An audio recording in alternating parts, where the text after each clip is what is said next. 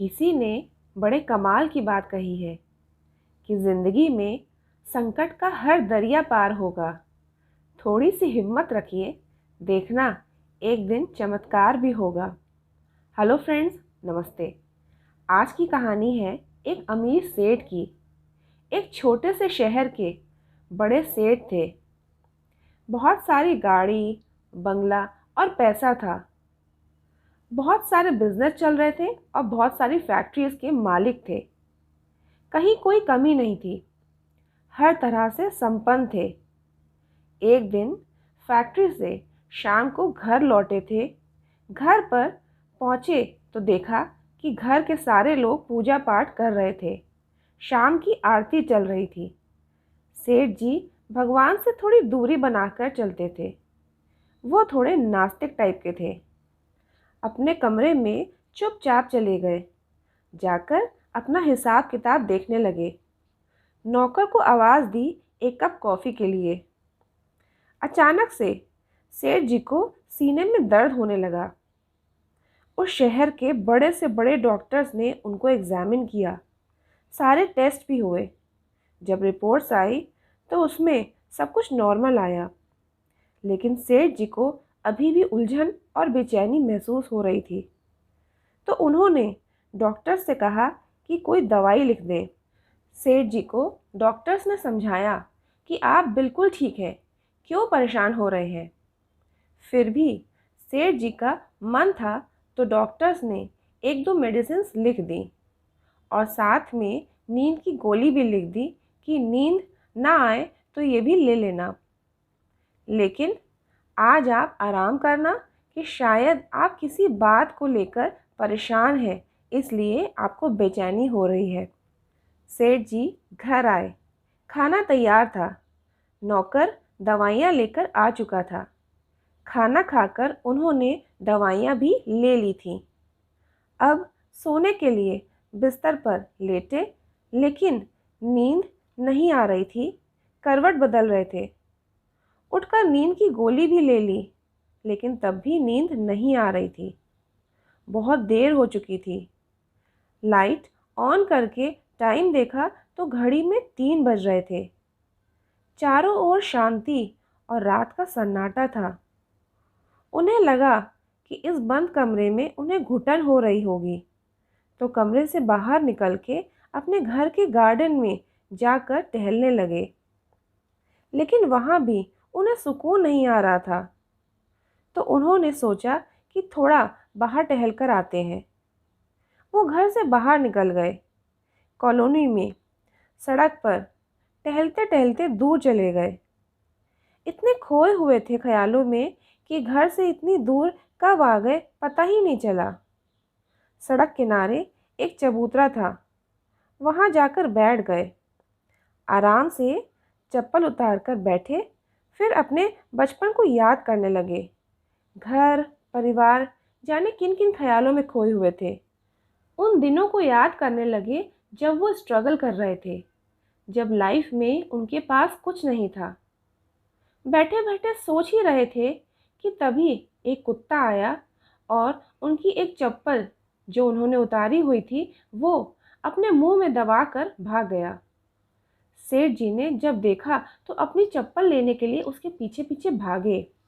कुत्ता दौड़ता दौड़ता पास ही में झुग्गी झोपड़ियाँ थीं, वहाँ चला गया। उस कुत्ते के पीछे पीछे गए, आवाज़ लगाई तो कुत्ता थोड़ा डरा।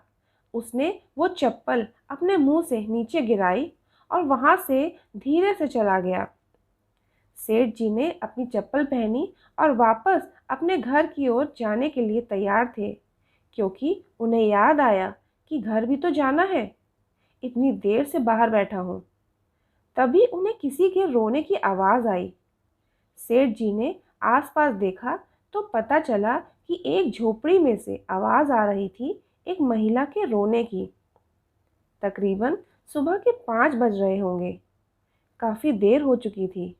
सेठ जी ने सोचा कि क्या करूं, जाकर के पूछूं कि क्या बात है या फिर अपने घर चला जाऊं। उनके मन में विचार आया कि घर चलते हैं, अपने काम करते हैं, कहाँ फालतू के पंगों में पड़ेंगे। अपने काम से काम रखते हैं।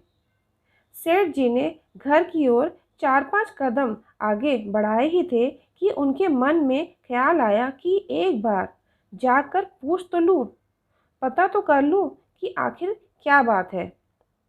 झोपड़ी के पास गए, झांक कर देखा तो पाया कि वाकई में एक महिला दीवार से सर पटक पटक कर रो रही थी।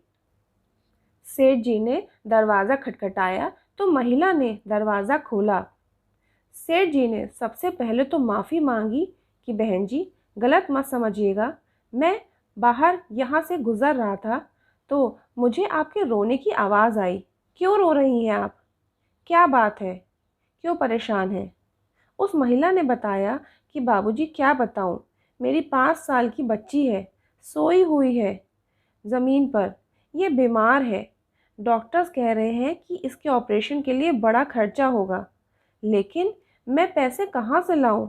कोई मेरी मदद नहीं कर रहा, कोई तैयार ही नहीं है मदद करने को। सेठ जी ने कहा, तो इसमें रोने से क्या होगा? रोने से थोड़ी ना आपको पैसे मिल जाएंगे। सुबह सुबह घर में रोने से थोड़ी ना कोई मदद कर देगा। इससे कुछ नहीं होगा। मदद मांगनी है तो जहाँ काम कर रही हो वहाँ जाकर मदद मांगो। कहाँ काम करती हो? उस महिला ने बताया कि मैं तो घर घर जाकर झाड़ू पोछा करती हूँ।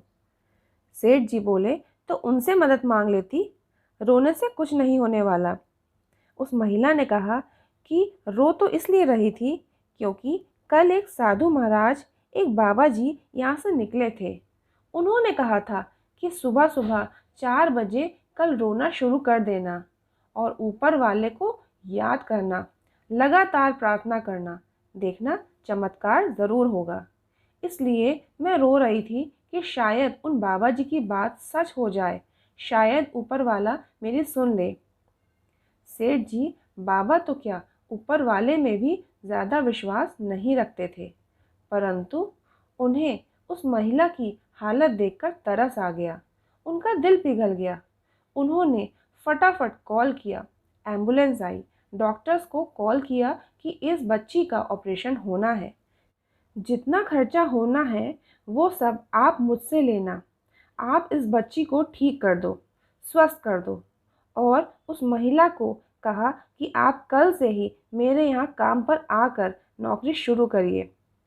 मेरे यहाँ बहुत सारी फैक्ट्रीज़ हैं, आपको जहाँ काम करना हो वहाँ काम करना। उस महिला के रहने के लिए अपना सर्वेंट क्वार्टर भी दे दिया। सेठ जी की जो बेचैनी थी वो तो उसी वक्त ख़त्म हो गई थी जिस वक्त उन्होंने एम्बुलेंस को कॉल करके बुलाया था और डॉक्टर से बात की थी। लेकिन मन में एक शंका थी कि मैं तो ऊपर वाले से इतनी दूरी बनाकर रखता हूँ, नास्तिक हूँ, लेकिन क्या वाकई में ऊपर वाला है? ये क्या चक्कर है कि उस महिला को बाबा जी ने कहा था कि सुबह 4 बजे से रोना और प्रार्थना करना, और किस्मत से मैं वहाँ पहुँच गया और मैंने उस महिला की मदद कर दी। सेठ जी के मन में फिर से कई ख्याल आने लगे।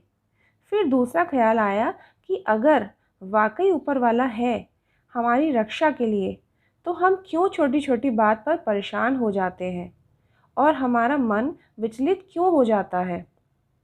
सेठ जी को उस दिन समझ में आया कि लाइफ में वो काम में बड़ा विश्वास रखते थे कि कर्म किए जाओ, काम करेंगे तो रिज़ल्ट मिलेगा, बस मेहनत करते रहो। उस दिन एक और बात समझ में आई कि काम के साथ साथ दूसरों की मदद करना, इंसानियत रखना भी बहुत ज़रूरी है।